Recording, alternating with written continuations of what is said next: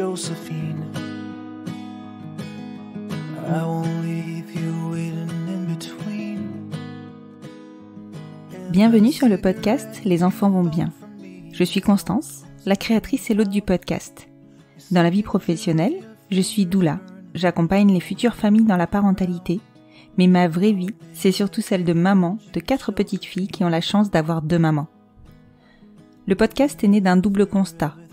Le premier est qu'en France, nous devons rassurer sur le fait que les enfants issus de familles extraordinaires vont bien. Le deuxième est que l'accès à la parentalité alternative n'est pas sans soulever de nombreuses questions. Alors chaque épisode du podcast y apporte des réponses éclairées et constructives. Maintenant, place à l'épisode. Vous écoutez l'épisode 29 de la saison 4. Cet épisode, je l'ai attendu, rêvé presque, parce que je suis Laurie sur les réseaux sociaux depuis très longtemps. J'avoue que je suis tombée de ma chaise lorsqu'elle a annoncé quitter son mari et avoir retrouvé l'amour, le vrai. Cet amour était personnifié en Elsie. Ce qui rendait la famille de Laurie et cette histoire un peu plus extraordinaire et sa composition hyper nombreuse. 7 enfants, 8 personnes en la comptant. Alors autant vous dire qu'il est loin d'être simple de transformer sa vie et d'en envisager une nouvelle quand on sait que l'on amène avec soi un peu plus qu'une simple valise. Et qu'en est-il lorsque l'on est celle qui choisit de chambouler sa vie en prenant la décision d'habiter avec 7 enfants de plus parce qu'il est question de faciliter une séparation compliquée. Elsie s'est transformée, ajustée. Elle raconte avec beaucoup d'humour cette nouvelle vie de famille hyper nombreuse à 10 personnes. Évidemment, le nombre de boîtes à tartines et la diversité des goûts de chacun est équivalent au nombre de protagonistes. Cet épisode est hyper joyeux, dynamique et plein de peps. Et pourtant, vous pourrez le constater, il est plus court que d'ordinaire. Non pas parce que nous n'avons pas enregistré le temps escompté, mais parce que j'ai dû le couper en de nombreux endroits. Si la difficulté de la séparation n'est pas totalement évoquée dans nos échanges, elle n'en est pas moins présente au quotidien, et nous avons fait le choix de ne pas provoquer de difficultés supplémentaires. Comme Elsie et Laurie le disent très justement, la difficulté de la séparation réside dans le fait que l'on reste lié aux coparents, pour le meilleur et pour le pire. Ils deviennent des composantes supplémentaires avec lesquelles jongler dans un quotidien et une vie très chargée. Laurie et Elsie, vous avez relevé un défi incroyable. Je suis admirative de votre capacité d'adaptation et de cet amour qui assure la solidité de votre famille. Je vous laisse découvrir leur histoire et je vous souhaite une bonne écoute. J'ajoute juste ici que si ce podcast vous plaît et que vous souhaitez le soutenir, je vous propose de nous retrouver sur ma page Steady. Vous en trouverez le lien en bio du compte Instagram du podcast, @lesenfantsvontsbienpodcast.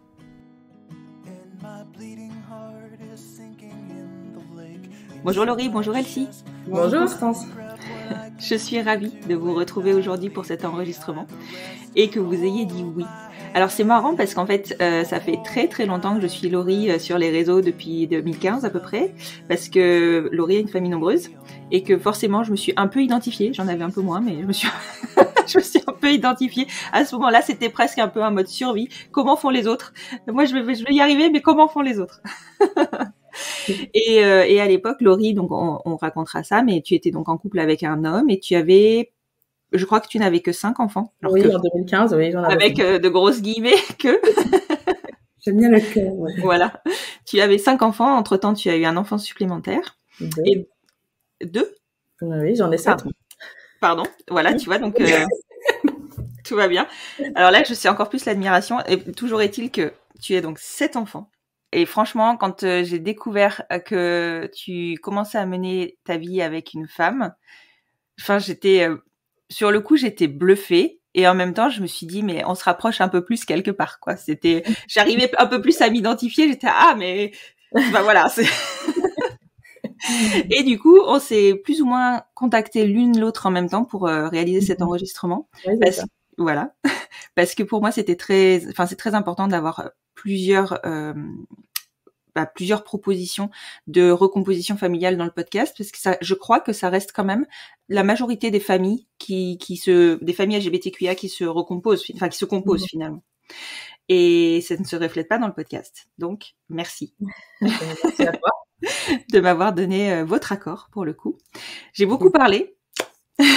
Donc, je vais vous laisser la parole. Est-ce que pour commencer, vous pouvez vous présenter ? Oui, je commence. Ouais, vas-y. Donc, je m'appelle Laurie, j'ai 37 ans. Oui, 37 ans. C'est bizarre. Et donc, oui, 7 enfants. La plus grande a eu 18 ans et la plus petite a eu 4 ans. Donc, voilà, sacrée famille, oui. En effet, donc j'ai été avec un homme jusque 2019, 2020, je sais même plus maintenant, j'ai perdu dans les dates moi, mais voilà, une vie de couple très compliquée, on va dire, dans laquelle j'ai plus survécu que vécu, dans laquelle je me suis un peu enterrée vivante, on va dire. Et puis voilà, la vie fait que ben on reste dedans, on est un peu coincé, on sait pas comment en sortir, et donc on continue comme ça parce qu'on se dit que ça doit être comme ça et qu'il y a les enfants et que ben voilà, ça nous semble compliqué de faire autrement. Et puis un jour on se rend compte qu'on reste pour les mauvaises raisons parce que on se rend compte que les enfants ça va pas non plus et que voilà, on se dit qu'il serait peut-être temps de faire quelque chose, mais après ça reste compliqué puisque ben la peur de partir, la peur de lui, la peur de l'après. Et puis le coup de foudre. Donc voilà, oui, j'étais dans une période déjà où j'étais pas bien du tout, vraiment pas bien du tout. Et du coup, ben oui, voilà, je pense que le tout a fait que je me suis dit, ben voilà, au prochain dérapage, c'est là que je dois partir, sinon je partirai jamais. Et puis ben, je l'ai fait. Ça m'étonne encore aujourd'hui moi-même, mais je l'ai fait. J'ai réussi, je suis partie. Et j'ai rencontré l'amour le vrai. Et je me suis rencontrée moi-même la vraie. Et je me suis laissée aller à m'écouter moi et à faire ce que mon cœur me disait et ce que au fond j'étais depuis toujours. Et voilà, ça fait du bien, ça libère et je vis une toute autre vie maintenant qui n'a plus rien à voir avec ma vie d'avant. Voilà, une vie où je suis plus toute seule, où on est deux, où l'amour est réciproque, où je suis importante aussi pour quelqu'un, où je me sens quelqu'un au final. Voilà. La vraie vie au final. C'est ça, la vraie vie à laquelle je croyais plus, mais qui est là. Ouais, et donc du coup, là, le coup de foudre, c'est avec Elsie. Voilà, c'est ça. Elsie, tu peux. Je suis là. Oui, alors du coup pour me présenter, donc je m'appelle Elsie, j'ai 37 ans aussi. Je précise quand même que j'ai 6 mois de moins parce qu'il faut le préciser quand même. Et alors moi je suis maman d'un petit garçon de 8 ans qui a donc seulement 3 semaines de moins que numéro 5 chez Laurie. 5 sur 7. Donc moi, ma vie d'avant, j'étais en couple avec une femme depuis longtemps. On a été mariés pendant plusieurs années aussi. Pour avoir Gatien, c'était insémination artificielle. Donc un parcours un peu compliqué quand même si ça a marché assez rapidement et que donc on n'a pas du tout à se plaindre. Donc je suis la maman biologique de Gatien et mon ex-femme nous a quittés puisqu'elle est partie quand Gatien avait un peu plus d'1 an. Parce qu'elle se sentait mal dans la vie de famille. Voilà, même si c'était un enfant désiré, même si ça faisait plus de 10 ans qu'on était en couple. Enfin voilà, ça a été un trop gros chamboulement dans notre vie que pour être, oui, je sais pas, être vécu de sa part. Je sais pas trop exactement. Donc les débuts de vie de Gatien n'ont pas été faciles, le pauvre. Il a été assez rapidement trimballé d'une maison à l'autre.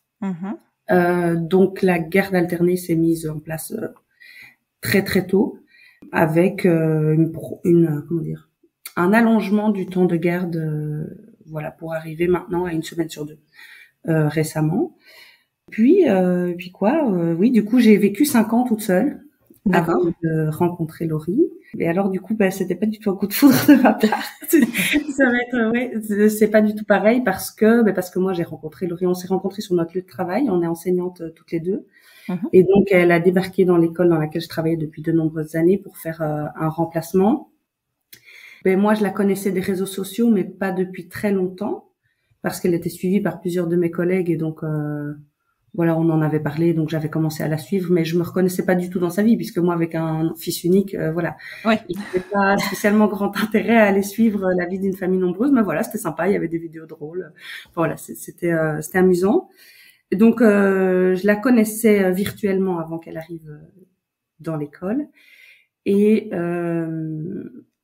je me souviens d'une discussion qu'on a eue à la salle des professeurs avec mes collègues un midi où on parlait de notre vie amoureuse et que j'ai balancé que jamais de ma vie je ne referais ma vie.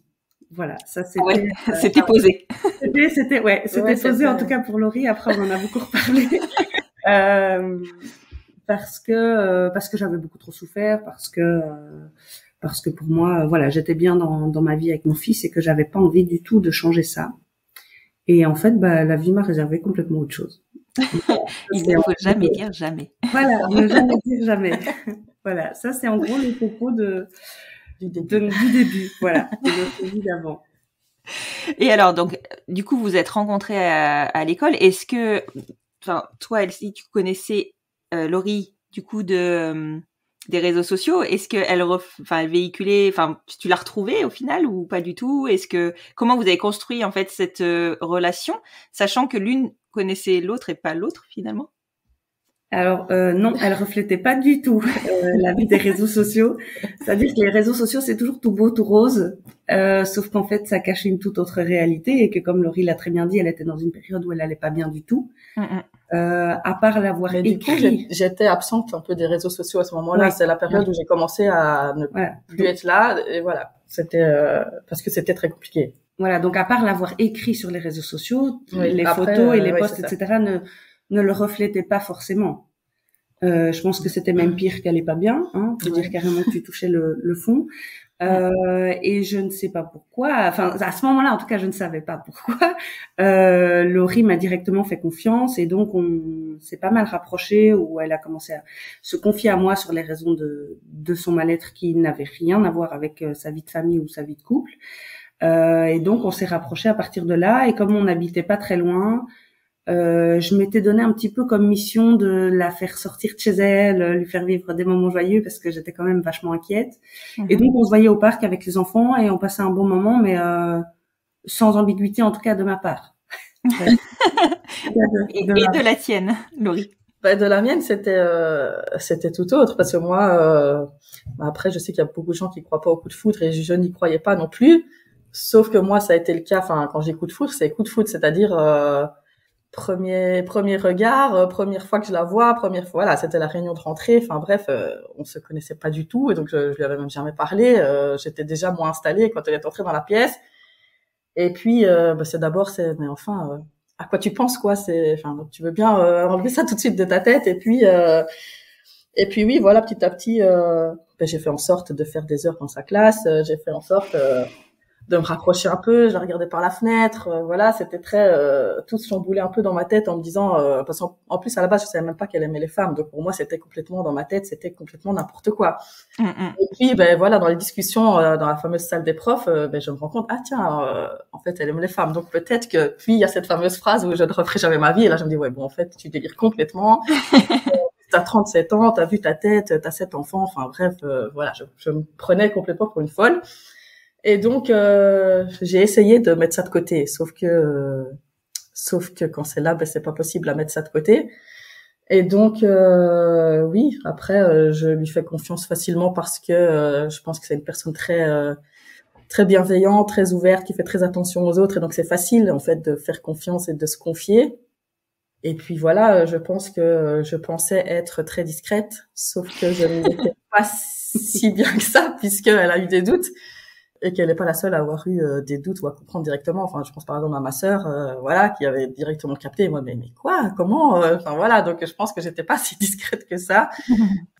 Donc voilà. Donc moi, oui, on se voyait au parc avec les enfants, c'était très bien, mais j'avais envie de plus, évidemment, sans oser le dire, parce que pour moi, c'était impossible. Et donc, je préférais la garder comme amie plutôt que de me prendre un vent et on se parle plus, on se voit plus parce que t'as des idées trop bizarres dans ta tête. Et donc, j'ai rien dit. Voilà, j'ai fait semblant de rien. J'ai profité des bons moments quand ils étaient là. Et puis, jusqu'au jour où j'ai été un peu démasquée, voilà.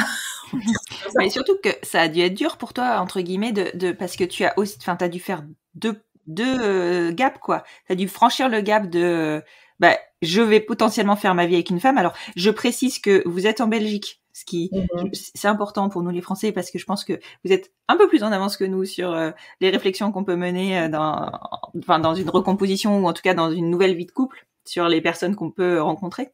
Je pense que ça, c'est moins binaire. Enfin, voilà. On s'ouvre à plus de possibilités. Mais bon, toujours est-il que je sais pas si déjà dans ta vie tu avais réfléchi au fait de faire ta vie avec une femme potentiellement. Donc tu avais ce gap-là. Faire ma vie avec une femme, j'y ai pas pensé comme ça directement. Après, je savais que j'aimais les femmes depuis avant d'être avec mon ex. Mais voilà, je pense que c'est quelque chose que de notre côté, dans notre famille, on parlait pas du tout. Et donc, j'y ai pas du tout vu une possibilité. Puis, j'ai perdu ma maman et puis je suis tombée, dans les grippes de mon ex. Et je pense que c'était un échappatoire à l'époque. Parce que j'avais 15 ans et que j'étais au fond du trou déjà. Et que, j'étais une proie facile et que je suis restée enfermée là-dedans et que j'ai mis un peu tout le reste de côté. Mais oui, je savais clairement que je préférais les femmes, voilà. Donc pour moi, ça n'a pas été un plus grand étonnement que ça, même si j'avais jamais été attirée vraiment par une autre femme avant, mais voilà, c'était pas une grosse surprise pour moi non plus. Et puis à ce moment-là, du coup, maintenant le regard des gens, je m'en fous complètement puisque j'ai l'habitude déjà avec les 7 enfants, j'ai dû me blinder contre ça, donc voilà, que j'ai plus du tout pensé à tout ça et voilà, pour moi c'était enfin moi, voilà, c'est magique. C'est ça. Tu te retrouvais en fait. C'est ça. Mais après le deuxième gap que tu as dû franchir, alors Élicie, évidemment, je sais que toi tu as dû franchir aussi des caps, notamment de refaire confiance à quelqu'un. Mais c'est vrai que quand tu quittes quelque chose, enfin quelqu'un, une vie avec 7 enfants, je suppose que la projection pour reconstruire quelque chose, elle est compliquée.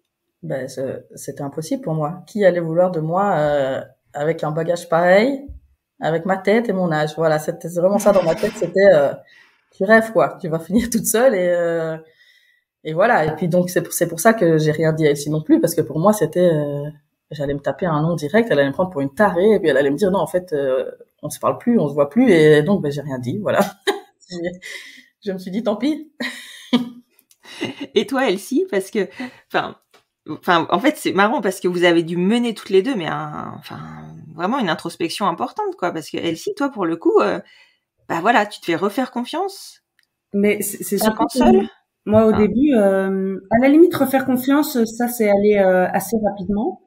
Mais c'est surtout comprendre ce qui se passait pendant les semaines qui défilaient, parce que moi, forcément, je finissais par comprendre son jeu, qui était très discret, cela dit, très très discret. Sauf que je n'ai pas la capacité de lire entre les lignes et qu'il y a un moment donné où je me posais des questions et je me disais mais tu délires complètement. La nana, elle est en couple avec un homme, elle a 7 enfants. De où est-ce que elle te ferait sous-entendre quelque chose? Enfin, c'était complètement illogique pour moi. Même si du coup, entre-temps, j'avais appris à la connaître et que je savais qu'à la maison c'était difficile, etc. Ça restait, elle m'avait jamais parlé du fait qu'elle pouvait être attirée par une femme ou quoi, donc forcément moi dans ma tête c'était complètement fermé et donc à un moment donné je vais pas commencer à regarder toutes mes collègues femmes sous un angle de attends est-ce qu'elle serait dispo ou pas, je veux dire ça se fait pas du tout comme ça et donc moi non, elle est en couple avec un homme, elle a des enfants, voilà, je ne l'intéresse pas, je fabule complètement et puis jusqu'au jour où il y a un soir où en fait j'en ai eu marre et que je lui ai écrit un message en lui disant maintenant dis-moi la vérité parce que j'ai l'impression de devenir dingue, j'ai l'impression de me faire un film. Message auquel je ne voulais pas répondre au départ. Donc j'ai un peu essayé de noyer le poisson et de noyer le poisson, mais ça n'a pas marché. Ça n'a pas marché non, parce qu'en fait plus elle répondait à côté de la plaque, plus j'avais envie d'avoir les réponses à ma question. Évidemment. Et donc j'ai posé la question cash. Voilà, et j'y ai répondu cash avant de balancer mon téléphone par peur de voir la réponse. J'imagine bien la scène. Des vraies gamines, hein. Enfin, j'avais l'impression d'avoir 12 ans, quoi. Ouais, c'est ça. Vraiment ça, les 2 ados en train de s'envoyer des messages, ça c'était... Ouais, quand on y repense, c'est drôle. Ouais, c'est drôle. On peut dire ça comme ça. Et alors, t'as répondu quoi? J'ai répondu que, enfin, je sais plus exactement ce que j'ai écrit, mais je lui ai donné la réponse, la vraie réponse, que oui, que évidemment, j'avais pensé à être avec elle et refaire ma vie avec elle, et que ça faisait longtemps que je la regardais en cachette par la fenêtre. Excellent, c'est trop mignon, ça fait vraiment ado, effectivement. Ouais, oui, c'est ça. C'est vraiment ça en plus, c'est vraiment ça. Et toi, Elsie, du coup, la réponse? Du coup, j'étais rassurée parce que je me suis dit que j'étais pas complètement folle. Tu m'étonnes. Voilà, ça ne nous a pas empêché de continuer à nous voir sans que rien ne se passe du tout, parce qu'on est toutes les deux très timides et qu'on n'est jamais revenu sur cette discussion. On n'est pas revenu tout de suite dessus. Ouais, pendant bien 3 jours. Et puis voilà, elle m'a volé un bisou le jour de Noël. Elle prétend que c'est moi, mais c'est pas vrai. Voilà. J'ai réussi à le placer avant. Parce qu'on s'est vu ce jour-là, donc le 24 décembre, et je devais aller récupérer mon fils qui était chez son autre maman et aller dîner chez mes parents. Et on s'est vu ce jour-là, donc, et je l'ai ramené chez elle, et en sortant de la voiture, elle m'a embrassée. Elle prétend que non, mais c'est clairement comme ça que ça s'est passé. Voilà. Vous êtes embrassés, comme ça le débat est clos. Ok. Moi, je peux pas prendre parti, hein.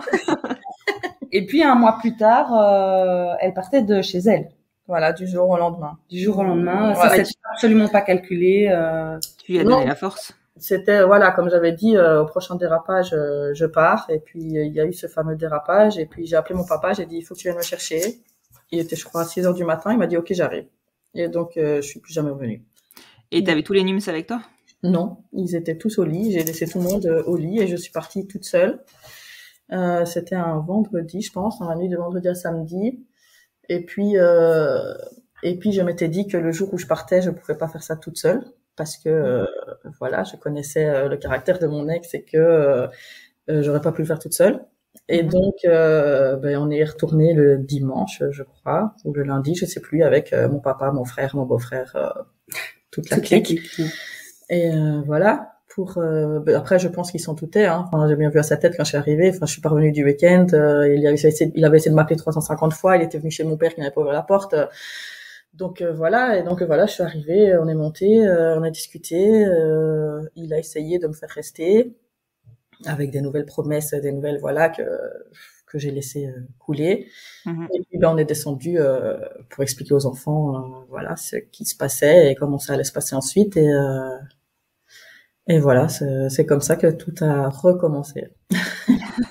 Oui, tout à fait. Mais ça demande beaucoup de courage, hein, parce que, enfin, je suppose que tu avais déjà réfléchi plusieurs fois à partir et qu'effectivement, plusieurs fois. Je sais pas combien de fois, je me suis dit que j'allais partir et puis chaque fois un petit truc me s'est resté, soit les enfants, soit des menaces, soit la peur, soit et voilà. Et puis cette fois-là, j'avais dit que si je partais pas, je partirais jamais. Et donc voilà, cette fois-là, c'était la bonne. Ouais, c'est elle-ci qui t'a donné la force. Voilà, sûrement. Quelle responsabilité quand même. Et du coup, je me suis retrouvée avec quelqu'un qui a habité chez moi une semaine sur deux, alors que ça faisait même pas un mois qu'on s'était embrassés. Ouais. Donc, on se connaissait pas beaucoup. On s'était rencontrés donc 4 mois avant. Mais c'est-à-dire qu'en fait, il y avait pas le choix. Tu venais chez moi ou... Donc en fait, nous à la base, ce qu'on a fait, puisque ça s'est fait du jour au lendemain, c'est que on a fait la garde où celui qui avait les enfants restait dans la maison et celui qui n'avait pas les enfants partait. Donc les premiers jours, on a fait d'abord 2 jours, 2 jours, 3 jours, 3 jours, 4 jours, 4 jours, pour arriver à une semaine. Et donc, voilà, j'avais une semaine à la maison avec les enfants et puis après j'avais une semaine du coup chez Elsie. Voilà, mais donc oui, on s'est retrouvés à cohabiter une semaine sur 2 assez rapidement. Et moi, ça a confirmé tout ce que je pensais depuis longtemps. Ça a confirmé le coup de foudre? Oui, même si j'étais toujours pas bien du tout, on va pas se mentir. Hein, c'était toujours compliqué. Mais en même temps, il y avait la lumière au loin, quoi, je vais dire. Ouais. C'est ça. Et du coup, surtout, t'avais quelqu'un de confiance, une vraie personne de confiance. Ouais, c'est vraiment ça. Et toi, Elsie, comment on passe de 5 ans où on vit seul, où on se construit seul, où on se protège le maximum à une vie à 2 si rapidement? Pas évident du tout. Ça peut paraître très bête, mais partager son lit avec quelqu'un alors que ça fait 5 ans qu'on est tout seul, en tout cas pour moi, ça a été très déstabilisant. C'est-à-dire, j'ai pratiquement pas dormi pendant longtemps, très longtemps. Ah oui. Surtout que j'étais très inquiète pour Laurie, hein, qui déconnait quand même pas mal. Et donc la semaine où elle était pas là, je dormais pas parce que j'étais très inquiète de ce qui se passait là-bas. Et la semaine où elle était là, je veillais plutôt sur son sommeil qu'autre chose. Donc du coup, c'est resté très difficile.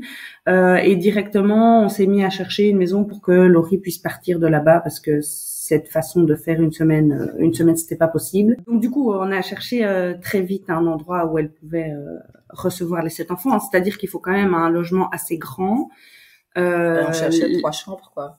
Oui, mais juste pour elle. Il n'était pas question à ce moment-là qu'on emménage ensemble parce que voilà, c'est beaucoup trop rapide. Mais voilà, la loi en Belgique est quand même très claire au niveau des mètres carrés, de vie et tout, etc. Au niveau des âges, garçons-filles qui peuvent pas dormir dans la même chambre. Ah ouais, vous avez des obligations là-dessus en Belgique? On a pas mal d'obligations et donc pour éviter tout problème. En plus de la séparation, il fallait qu'on fasse très attention à ça et donc on a cherché, sauf que c'était hors de prix. Habiter Bruxelles, c'est déjà hors de prix de base, mais alors en plus Laurie qui n'est pas nommée, qui avait son salaire qui n'était pas adapté puisqu'elle n'avait pas ses enfants à charge à ce moment-là, c'est-à-dire qu'avec un salaire de 1 600 €, on va pas loin du tout. Non. Voilà. Donc on n'a rien trouvé. On va rester ça, on n'a rien trouvé. Et donc je me suis dit bon bah on y va en fait. Par la force des choses. Par la force des choses, voilà. Donc moi je suis propriétaire d'une maison dans le nord de Bruxelles, dans une petite commune flamande où j'étais très bien avec mon fils, mais c'était beaucoup trop petit pour accueillir tout le monde. Parce que j'avais que 2 petites chambres. Enfin voilà, c'est 85 mètres carrés. Au rez-de-chaussée, c'est un salon de coiffure. Enfin voilà, c'était même pas aménageable différemment. C'était beaucoup trop petit. Et donc j'ai dit bon bah je mets ma maison en location parce que je sais pas où ça va nous mener. Et on part à 2 parce que moi je suis nommée, que mon salaire est beaucoup plus élevé parce que j'ai fait un master en sciences de l'éducation en plus. Donc du coup j'ai pas du tout le même barème que mes collègues. Enfin comme que Laurie par exemple, et du coup ça nous permettait de voir beaucoup plus grand, et donc on a commencé à chercher et on a été obligé de mentir sur le nombre d'enfants qu'il y avait au total, puisque forcément du coup il y en avait 8, puisqu'il faut rajouter mon fils dans l'équation, parce qu'en fait les propriétaires ça ne leur plaît pas du tout. Donc même si on visite un appartement de 300 mètres carrés avec 4 chambres immenses, 3 salles de bain, voilà, les propriétaires disent que ce n'est pas fait pour une aussi grande famille. Donc en fait on comprenait pas à quoi sert ce genre d'appartement. Si c'est un couple avec 2 enfants, je vois pas l'intérêt. Puis après, si c'était pas les enfants, c'était 2 femmes. Voilà, il y avait toujours quelque chose qui posait problème de toute façon. Donc, alors même si on est en Belgique, il y a des gens pour qui un couple de femmes ça reste embêtant. Et donc ils voulaient pas non plus. Enfin voilà. Donc on a fini par mentir. On a dit qu'on avait que 5 enfants. Voilà, parce qu'on a calculé la semaine sur 2. On s'est dit bon. 8 une semaine sur 2, ça fait 4. C'est une moyenne, quoi. Voilà. Allez, disons 5, pour être sûr. Voilà. Comme ça, ils feront pas gaffe, quand ils viendront, il y en aura beaucoup de toute manière. C'est bien. Et donc, pour finir, on a trouvé, mais là, c'était fin avril. Donc, on s'est dépêché, on a sauté dessus, on a signé le contrat de location le 30 avril et le 1er mai, on était parti, on déménageait, quoi. Waouh. Donc, ça a été très rapide et ça faisait 4 mois. 4 mois, ouais. 4 mois. Et du coup, alors là, mais chamboulement, quoi. Enfin, j'imagine quand on se projette et qu'on se dit, mais il y a 6 mois, mais jamais j'aurais imaginé ça. Ah ben oui, puisque je ne comptais pas refaire ma vie 6 mois avant. Rappelons-le, Laurie, n'est-ce pas? Je l'ai bien en tête. D'accord, ok. Et alors la vie à 2, moi, je sais où vous en êtes maintenant, donc c'est facile pour moi de me rendre compte que ça a fonctionné. Mais je me doute qu'il y a quand même il y a eu beaucoup d'adaptations, parce que je suppose qu'on ne passe pas d'une vie seule avec un enfant à une vie à 2 avec 8 enfants, sans que ça frotte de temps en temps quand même. Alors, si je dois parler pour moi, c'est surtout niveau bruit que ça a été. Oui. Je veux bien croire. Après, je suis institutrice maternelle, je le rappelle, donc le bruit, j'ai l'habitude. Mais c'est-à-dire que normalement, quand je rentre chez moi, c'est calme. Là, du coup, ça ne l'était pas du tout. Et c'était un appartement en plus où les enfants avaient une espèce de petite salle de jeu sur une plateforme au-dessus du salon, donc ça faisait un bruit. C'était très bruyant. Ouvert. Voilà. Tout était ouvert et voilà. Oui, c'est ça. C'était une sorte de mezzanine. Ouais. Voilà, c'est ça. Ouais, du coup, voilà, niveau bruit et alors niveau intendance aussi. C'est-à-dire que, à la limite, préparer les repas, bon, pas encore parce que c'est Laurie qui s'y collait parce que je déteste cuisiner. Mais par exemple, la première fois que j'ai fait, ah oui, parce que vous mangez à la cantine en France, nous, on mange en général des tartines à l'école à midi. Et donc, tous les soirs, on prépare ce qu'on appelle les boîtes à tartines pour les enfants. Donc, il y a la collation de 10 heures où ils ont un fruit. Il y a les boîtes à tartines du repas de midi. J'adore vos expressions. Je suis désolée, mais... Non, mais voilà. Donc, c'est pour ça que je préfère préciser parce que s'il y a beaucoup de... Alors, je me sens un petit peu ridicule. Mais donc, non. Pareil, en tout, 10 boîtes à tartines puisque nous sommes 2 adultes qui vont à l'école aussi. Donc, nous mangeons aussi nos tartines à midi. La première fois que je l'ai fait, ça m'a pris, sans déconner, 1h25. Le travail à la chaîne, c'est bien. Ouais, je me suis dit, c'est pas possible, je vais jamais y arriver.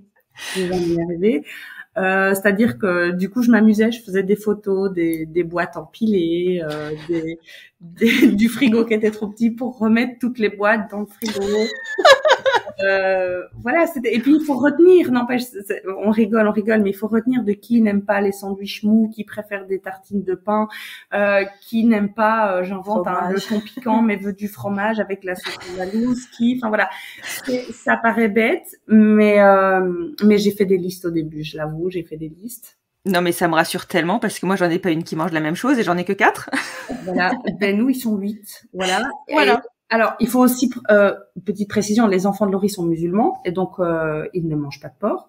Par contre, mon fils adore le jambon et donc du coup, il a fallu faire rentrer le jambon dans la maison sans froisser personne. Et donc, on avait une boîte à charcuterie avec un dessin de cochon dessus. Voilà, pour que les enfants, enfin les plus jeunes en tout cas, comprennent qu'ils n'avaient pas accès à cette charcuterie-là. Enfin voilà, c'est toutes des petites astuces comme ça, mais c'était. C'est de l'adaptation. Au début, au début c'était sympa.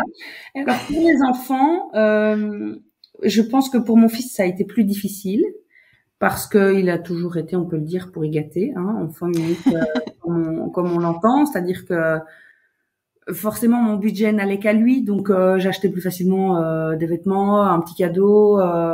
On allait une fois au parc, on pouvait se permettre une glace, on allait au cinéma, voilà. Maintenant, si on veut aller au cinéma, on en a tout de suite pour 120 €, donc c'est-à-dire que le budget il est compté. Ouais. Et ça, au début, pour mon fils, ça a été difficile d'accepter qu'on ne fasse plus autant d'activités comme lui les vivait, et puis de devoir partager ses jeux. Alors ça a été horrible. Il avait qu'une trouille, c'était que les enfants de Laurie lui piquent ses jeux et les emmènent chez leur père.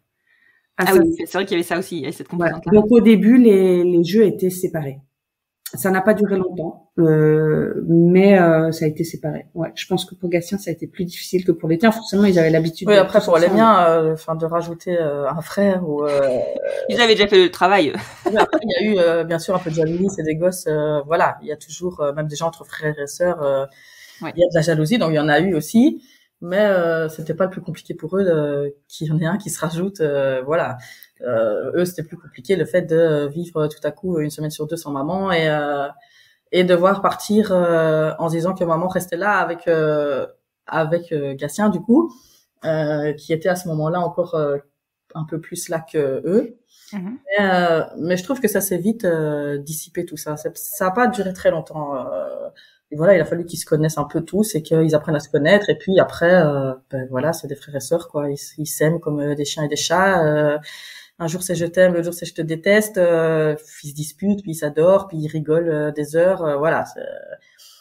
Personnellement, je vois pas plus de différence que ça. Oui. Voilà. Chacun a dû apprendre à vivre avec l'autre. Voilà, on est un peu tombés tous dedans comme ça en un coup et voilà, après ça crée quelque chose un peu de magique quand même, hein. C'est un peu tous des univers qui se retrouvent, qui se mélangent et puis qui forment quelque chose de super chouette et super. Une tribu, clairement une tribu. Non, mais franchement, c'est génial parce que vous avez réussi, alors que vous partiez, on le sent bien, hein, que vos histoires respectives, elles étaient rudes et qu'il y avait vraiment des enjeux assez importants. Et vous avez réussi à aplanir tout ça et à ce que tout le monde s'entende.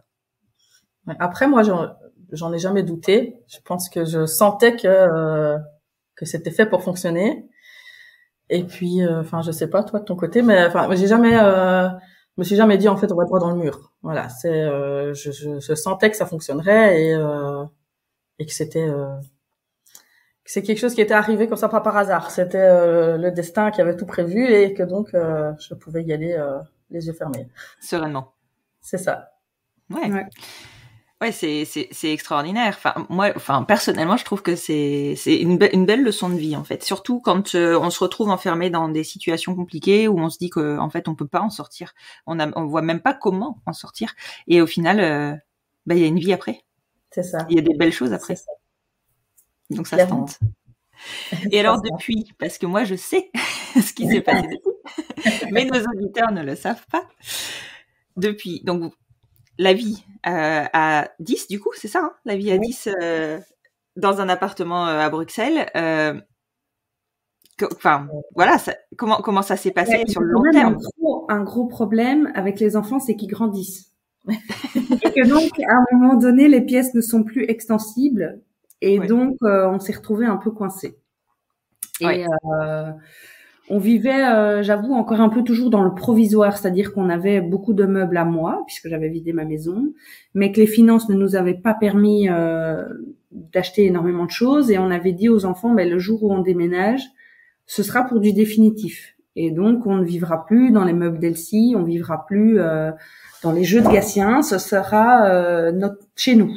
Alors ça s'est un peu précipité. Je sais pas pourquoi au mois de septembre, tout à coup, on s'est pris je vais pas utiliser cette expression belge, avoir une zine, parce que ça veut rien dire pour les Français, mais on a eu un électrochoc. Non, je pense qu'on a eu aussi surtout une indexation de loyer. Ah oui, aussi. Voilà. Non, mais ça, elle factuelle. Elle datait du mois de mai, donc pour pas faire de secret, on avait un loyer qui était à 2000 € par mois. Il y a un moment où ça devient très compliqué. Ouais, c'est sûr. Et donc, on s'est dit, quitte à payer ce prix-là, autant avoir plus grand, plus confortable. Ouais. C'est ça, en fait, on s'est rendu compte en regardant un peu par hasard que pour moins cher, on pouvait avoir mieux, plus grand, avec un jardin et tout. Et on s'est dit, en fait, on fonce. On va partir. Et donc, on a donné notre nom et on avait 3 mois sur un coup de tête. Sur un coup de tête, voilà. Le soir même, on s'est rendu compte qu'en plus, c'était la date où il fallait le mettre. Donc, on a foncé. Il était très tard. On a regardé où il y avait un point poste encore ouvert. Je crois qu'il était 20h. Donc, on a filé, on a remis ce nom et puis... on a cherché. Et là, on est reparti dans exactement les mêmes recherches que 18 mois plus tôt. Et on s'est retrouvé avec les mêmes refus. Donc, de nouveau, c'était, je me souviens surtout d'une dame qui nous a fait la morale en disant, vous expliquerez bien aux enfants qu'on met pas les mains sur les murs quand on monte l'escalier. Enfin, voilà, ce genre de bêtises. Elle était rassurée qu'on soit un site parce que ça veut dire qu'on sait gérer des enfants. Enfin, voilà. Elle voulait une lettre sur l'honneur comme quoi nos enfants étaient bien élevés. Enfin, vraiment, c'était des trucs, on en a vu de toutes les couleurs, on peut le dire. Et puis, on est tombé sur cette maison qu'on n'a pas visitée. Qu'on a vu qu'en photo. Ouais. On l'a vu en photo et on a dit c'est celle-là qu'il nous faut. On n'a pas menti. On a dit qu'on était 10. On l'a dit. On s'est présenté par photo. On s'est présenté, voilà, en photo. On a fait une petite présentation et en fait, on a été choisis. Alors, je sais toujours pas comment, mais on a été choisis. Et donc, le destin. Ça doit être ça. On est sorti de Bruxelles, mais on est vraiment à la frontière. Donc, c'est-à-dire que en 10 minutes en voiture, on est à Bruxelles.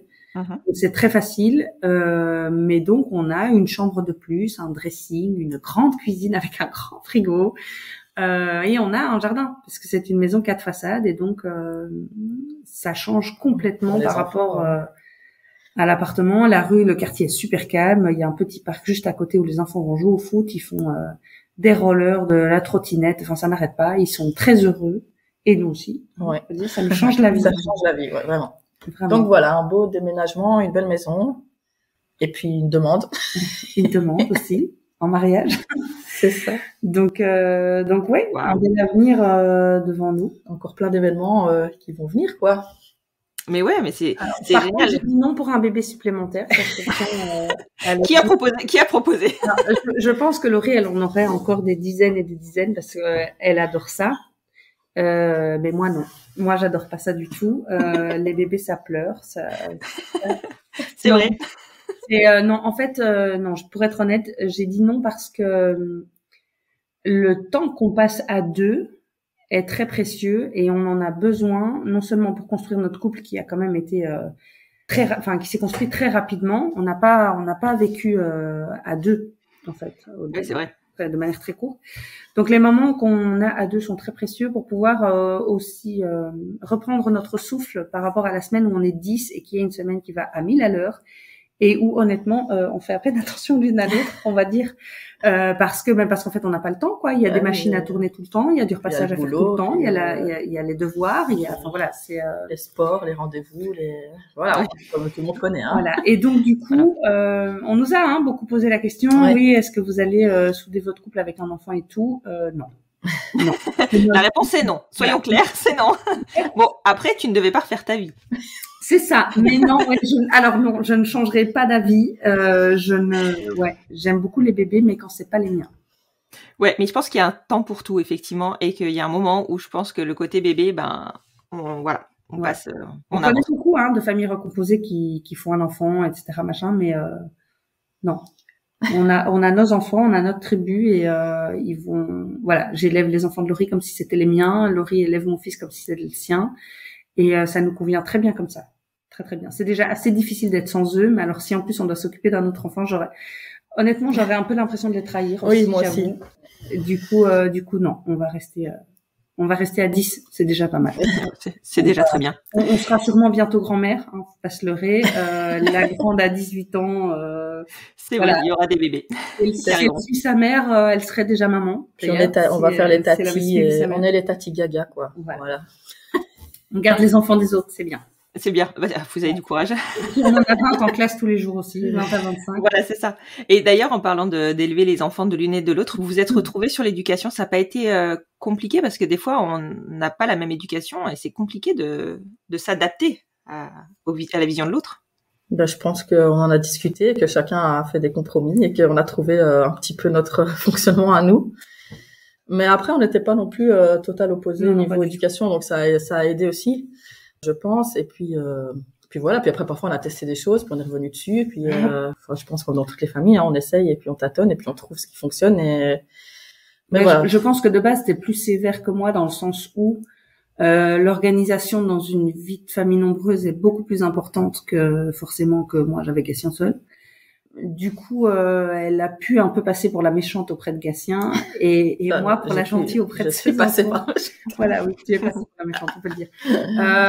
Et encore maintenant, j'avoue, ça m'amuse quand Laurie s'énerve un peu sur les siens, de leur faire un petit regard, un petit sourire, l'air de dire laisse tomber, je vais gérer le coup par derrière. Et ça marche plutôt bien parce que les enfants mais en fait, ça évite énormément de disputes. Les enfants ne rentrent pas dans le jeu, ils savent très bien que par derrière, je vais aller parler à Laurie qui a un tempérament, on dirait pas, très très timide, mais alors par derrière, voilà.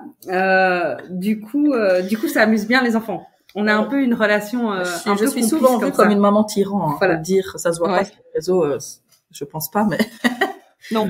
Il y a trop de règles, on me l'a souvent sorti celle-là, que je les empêchais de vivre, mais après c'est pas empêcher de vivre, c'est que on est beaucoup et que du coup il faut des règles, il faut que les règles soient respectées et il faut que ça tourne. Donc c'est ça la vie en communauté. C'est ça. On peut pas laisser faire un peu chacun ce qu'il veut puisque sinon ça part en cacahuète. C'est ça. Mais bon. C'est ça. C'est pas comme si t'en avais qu'un que tu devais rattraper entre guillemets quand ça part avec les 8 parts, en fait toi t'es en minorité. En permanence. Après, ce qui est plus compliqué maintenant, c'est que moi, j'ai gardé un peu mes règles d'avant, sauf que eux, chez papa, les règles d'avant ne sont plus là, et donc c'est plus du tout les mêmes règles qu'ici. C'était ça qui était plus compliqué. Surtout au début, quand on les récupérait, c'était toujours, il fallait le temps qu'ils se remettent dans nos règles et qu'ils comprennent que, il y avait des règles ici, il y avait des règles chez papa et qu'elles n'étaient pas du tout les mêmes, mais que ils devaient les respecter et que voilà. Donc ça a été plus compliqué au début, un peu moins maintenant, ils se remettent plus facilement dans le bain et ils ont bien compris que on céderait pas. C'est ça. On peut essayer, ça n'a pas marché. Le cadre, il est là, il bouge pas. Et on n'a plus besoin de répéter quoi. Avant, on avait besoin de répéter, maintenant il y a plus besoin. Mais il va falloir que vous me donniez votre secret, en fait, parce que moi, j'y arrive toujours pas. C'est-à-dire qu'on lâche rien. Enfin, c'est ça. Je sais pas. On me demande souvent le secret, mais il y en a pas, je crois. En fait, on est très, très organisés toutes les deux déjà, de base. On est très maniaques de base. Très, très maniaques aussi, ouais. Pour ça, on s'est bien trouvés. Ouais, mais du coup, je crois que les enfants, ils imitent. Par la force des choses, ils imitent. C'est comme en classe, on est très maniaques, les jeux doivent être rangés à leur place, les enfants, ils vont faire comme on a demandé de faire. Et puis finalement, ça influe sur leur façon d'agir aussi, parce qu'ils sont dans l'imitation tout le temps. Et donc, au plus on commence petit, plus facile c'est. Et je pense que comme Laurie n'a rien changé du tout, en fait, les enfants, ils suivent le mouvement, quoi. Ouais. Il y a pas... Après, c'est rassurant aussi pour les enfants de savoir que la réponse est toujours la même à la provocation, on va dire. Oui. Quand ils testent, ils savent que la réponse, c'est toujours la même. Voilà, c'est ça. Ah, mais le pire, c'est que je parlais même pas de provocation parce qu'il y en a même pas spécialement à la maison. Non, je trouve pas non plus. Je parlais surtout niveau organisationnel, quoi. Ouais, d'accord. Les chambres doivent être rangées, les jeux doivent être rangés. Il y a le pas. Linge doit être descendu. Voilà, ils savent, c'est clair. C'est eux qui trient leur linge sale quand ils partent. À la fin de la semaine, le dimanche soir, ils descendent leur bac à linge sale, ils trient leur linge dans la buanderie. Et celui qui a pas descendu son linge, tant pis pour lui, il aura rien à mettre la semaine où il revient, quoi. C'est plutôt des petites règles comme ça, voilà. Après on a toutes les autres règles, comme chaque famille met ses règles. Enfin voilà, il y a pas de télé la semaine, il y a pas de. Mais voilà, ils ont essayé au début de revenir dessus, et puis après ils ont bien vu que ça servait à rien. Ils demandent même plus en fait. Au début ils demandaient, on peut pas un peu regarder la télé, et puis maintenant ils savent très bien en fait. Non, c'est la semaine. Voilà, on trouve autre chose à faire, on fait les devoirs et puis on va jouer.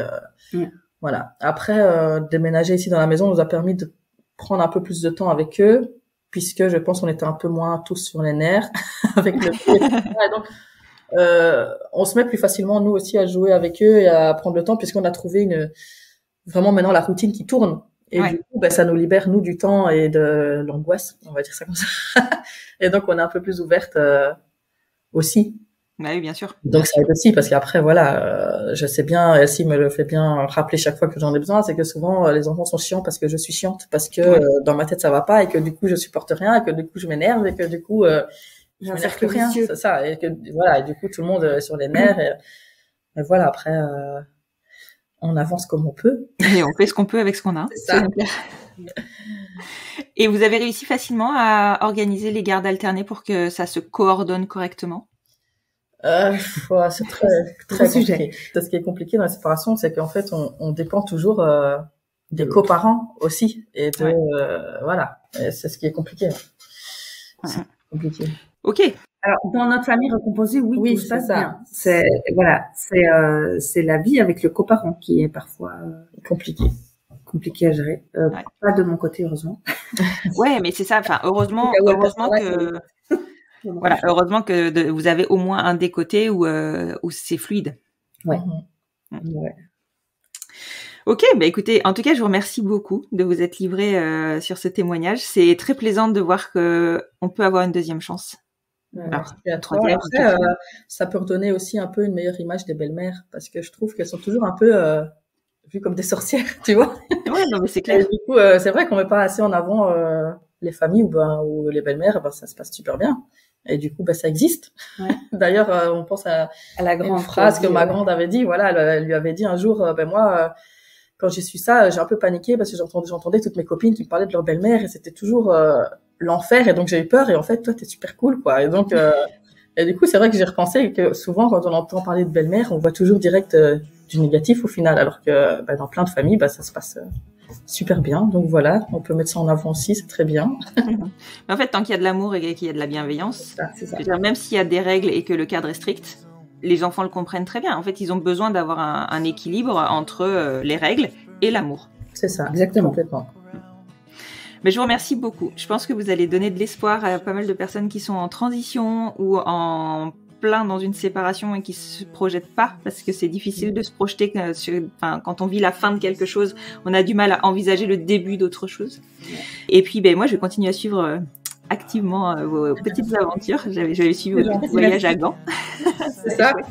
Le mariage, tu pourras suivre. Ah ça, clairement. Faudra que je mette... Ouais, clairement. Et d'ailleurs, c'est quand le mariage? Vous avez planifié une date ou pas? On a une date sans l'année. Donc on sait que ça sera en décembre.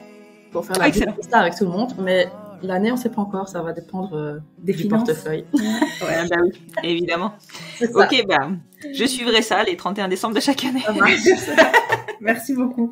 Merci à toi en tout cas. Je vous en prie, à très bientôt. À bientôt. Vous l'avez vu, cette semaine, j'ai eu un de ces coups de mou parental qui nous arrivent à tous. Je ne sais pas vous, mais moi je les vis intensément. Toujours l'impression de mal faire, de reproduire un schéma, de leur pourrir la vie avec ma rigidité et mes règles. En même temps, j'ai cette conviction que pour vivre à 6, une petite communauté en somme, il faut que chacun respecte les limites de l'autre. Les miennes ont été franchies. L'une d'entre vous me disait très justement qu'elle n'était pas en phase avec la parentalité sacrificielle. Cela m'a beaucoup parlé. J'ai une sorte de toc qui m'impose d'équilibrer tous les pans de ma vie. Et pourtant, je sais bien que dans la parentalité, le rapport parent-enfant ne peut jamais être équilibré dans le don de soi que l'on apporte à ses enfants. Mais je pense qu'il doit y avoir un juste retour des choses dans le respect de chacun. Je vous faisais part de mes troubles anxieux qui me pourrissent la vie depuis le début de ma maternité, et sûrement depuis bien avant d'ailleurs, et il paraît que c'est lié à un trait de ma personnalité qui lui est inné. J'ai essayé de rééduquer mon cerveau à penser moins dramatique par moi-même. Force est de constater que malgré tout ce que j'ai mis en place, j'ai besoin d'un professionnel pour aller mieux. J'ai donc enfin eu le déclic qui m'a fait prendre ce rendez-vous que je repoussais et refusais depuis trop longtemps. Maintenant que c'est enclenché, je suis convaincue que je vais aller mieux. Je déteste laisser pourrir des situations. Et je tiens à vous remercier aussi. Mon post a soulevé une vague de commentaires et de soutien. Vous avez été nombreux à me faire comprendre que je n'étais pas seule à me débattre dans ce schéma d'anxiété. J'ai été impressionnée de vous voir vous mobiliser autant alors que j'avais juste besoin de poser des mots pour m'imposer d'aller mieux. Je me suis même demandé si je n'avais pas été trop loin en rentrant dans l'intime. Et finalement, vos partages m'ont convaincu du contraire. C'était important de montrer aussi quand ça ne va pas, pour que chacun n'ait pas l'impression d'être seul dans l'impasse. Alors merci à tous pour ce soutien-là précisément, mais aussi pour tout votre soutien autour du podcast. Je ne vais pas clôturer comme d'habitude en vous disant « Et maintenant que vous avez la pêche, je vous souhaite une excellente fin de semaine », mais la fin de la phrase reste vraie. Je vous souhaite une excellente fin de semaine.